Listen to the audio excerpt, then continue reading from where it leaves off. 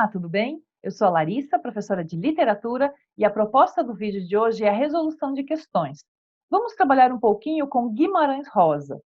Então, nas páginas 45 e 46 do livro de atividade de vocês têm as atividades 2, 3 e 4, que nós vamos tentar respondê-las, certo? Aqui nós temos um trecho do livro A Hora e a Vez de Augusto Matraga, do Guimarães Rosa. Vocês precisam fazer a leitura deste trecho para nós podermos responder a letra A e a letra B, conforme pede o exercício, certo? Então, a letra A diz o seguinte: no sertão de Guimarães Rosa, frequentemente faz-se referência a aspectos de um código de ética de caráter tradicional que rege a vida das personagens. Transcreva as duas falas do diálogo em que se menciona uma situação em que esse código não é quebrado. Voltamos lá ao texto. Nós temos aqui que transcrever duas falas que diz, né, que o código de ética entre os sertanejos ele não é quebrado. E nós temos aqui o seguinte: eu podia ter resistido, mas era negócio de honra, com sangue só para o dono. Pensei que o senhor podia não gostar. Esse é um ponto. O segundo é: fez na regra e feito. Chama os meus homens. Então, esses dois trechos, nessas duas frases, nós conseguimos observar que existe um código de honra, um código de conduta que funciona lá no sertão.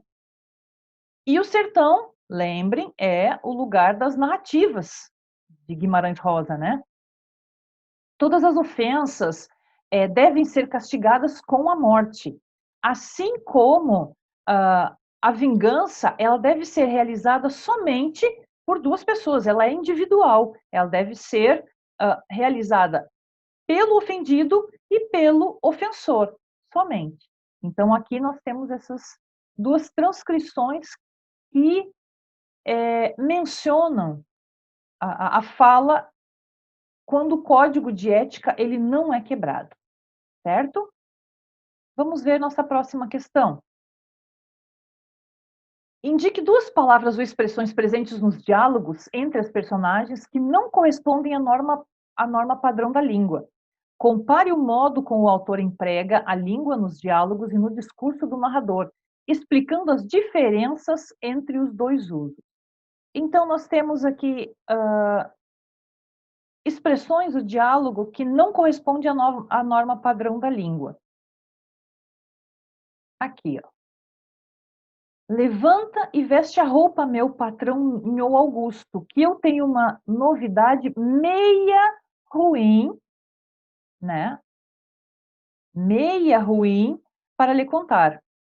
Esse advérbio meia, lembram? Advérbio é uma palavra invariável. Então, o meia que é usado no modo feminino.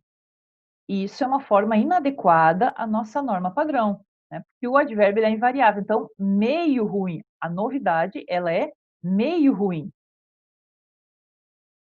E o verbo resistir, aqui do eu poderia ter resistido, né? Então, aqui nós vemos também o verbo resistir, ele é adaptado à oralidade, quando colocado na fala num discurso direto. Percebemos, então, que o texto de Guimarães Rosa, ele desenvolve uma fala que se aproxima desse falar sertanejo.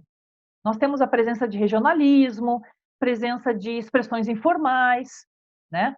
Olha só aqui embaixo, cachorrada só de pique. Só que, ao mesmo tempo, o Guimarães Rosa, ele mantém uma linguagem padrão no discurso. Então, ele acaba fundindo, fazendo uma fusão entre o erudito e o popular nos textos dele, né? Vamos para a próxima. Atividade de número 3. Conversa de Bois de Guimarães Rosa narra os acontecimentos de uma viagem no carro de bois, em que estão o carreador Agenor Soronho, Tiãozinho e o corpo de seu pai morto. O trecho a seguir reproduz um dos diálogos entre os bois. Então, observem que esse diálogo aqui, ele é feito por animais. E aí diz o seguinte: O que é que está fazendo o carro? O carro vem andando sempre atrás de nós. Onde está o homem do pau comprido? O homem do pau comprido, com um marimbondo na ponta, está trepado no chifre do carro. E o bezerro de homem que caminha sempre na frente dos bois? O bezerro de homem que caminha adiante vai caminhando devagar, e ele está babando água dos olhos. Gente, não esqueçam que essa aqui é uma conversa de bois mesmo, são os animais, certo? Aí nós conseguimos entender o texto. Ele diz: explique o sentido das expressões bezerro de homem e babando água dos olhos. Relacione-as com o enredo. Nós temos aqui bezerro de homem, né, que caminha adiante e vai devagar, e ele está babando água dos olhos. Qual o sentido dessas expressões? Nós temos que lembrar que uma das marcas do Guimarães Rosa é a convicção segundo a qual a linguagem literária apresenta uma lógica que é distinta daquela a qual nós estamos acostumados. Então, neste texto, Conversa de Bois, pode ser entendido como um exemplo dessa ideia, né? Parte da narrativa é feita por quem? Como nós já havíamos comentado, pelos bois. E assim a história ela é contada do ponto de vista desses animais. O menino Tiãozinho, ele é chamado de bezerro de homem. Então, aproxima-se a figura da criança à figura do bezerro, certo? E o choro pode ser entendido como babar a água dos olhos, que é uma transposição de um comportamento humano para o universo dos animais. Entendido? Vamos para a próxima? Explique a expressão homem do pau comprido com o marimbondo na ponta. Que característica do carreador Agenor Soronho ela buscava evidenciar? E aqui? O homem do pau comprido com o marimbondo na ponta.